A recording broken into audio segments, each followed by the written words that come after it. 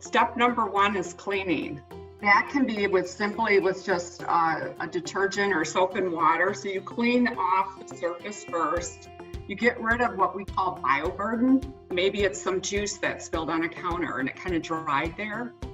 Well, if you were to just spray your disinfectant on that, it wouldn't penetrate that juice to actually get to the surface of the counter that you want to disinfect. Each of the disinfectants, depending on which one you buy, has a contact time. So the amount of time that surface needs to remain wet in order to kill that bacteria virus. So I have several different brands here. One says 2 minutes, one says 4 minutes. I have another one that says 10 minutes. Some will say to sanitize, which is just reducing the amount of bacteria and viruses that are on that surface.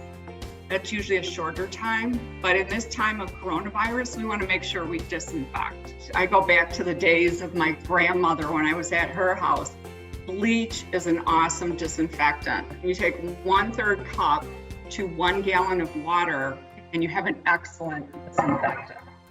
I would tell people is make sure you put gloves on. After you actually disinfect with the bleach, then you're going to want to rinse with just some water. My husband, he's retired and he does the grocery shopping, he wipes everything down. He's very meticulous, puts everything away, and then wipes the entire counter down, disinfects the counter where the food has been.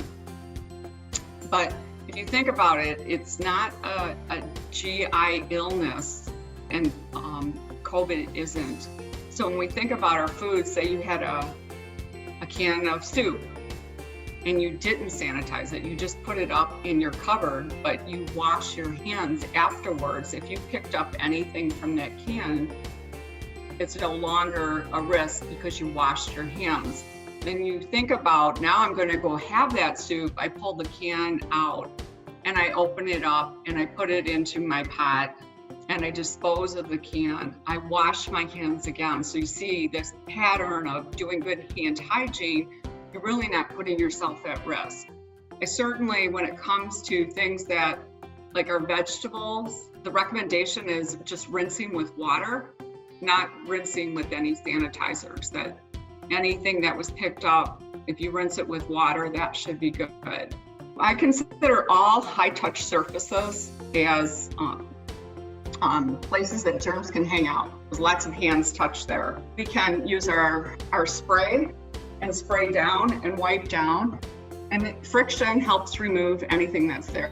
If you have wipes, if you were one of the lucky people to get wipes, doorknobs that people touch, go way over here, light switches, wiping those down. If you, within your home, all are well. Doing that once a day is great. The phone tends to be one of the dirtiest things in our house.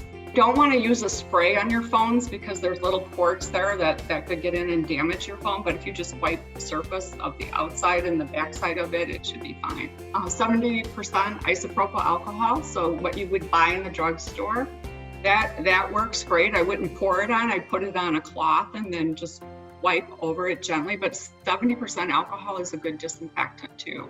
So my husband always laughs at me because I say shoes off at the door. That's always been my rule of thumb, is whatever you've been walking on, we know there's all kinds of germs out there. I just don't want it traced through the house. But I don't do anything special with the shoes or disinfect the shoes or anything. It's just keep them by the door. I've taken advantage of some of these nice sunny days to go for walks. I come in, one of the first things I do is wash my hands. I'm taking my shoes off, I go over to the sink and I wash my hands. It's just a good habit to get into. The virus, you can recover it off of clothing. Whether it's in a form that can transmit disease is unknown. We don't know that. We do instruct our nurses at the hospital because they are working with patients that are positive for COVID, but their scrubs they wear home. And we tell them just washing in the warmest temperature that fabric can take. That detergent is going to do a good job of cleaning that clothing. And then drying it at the highest temperature that it can take will also ensure that there's no virus remaining on that clothing.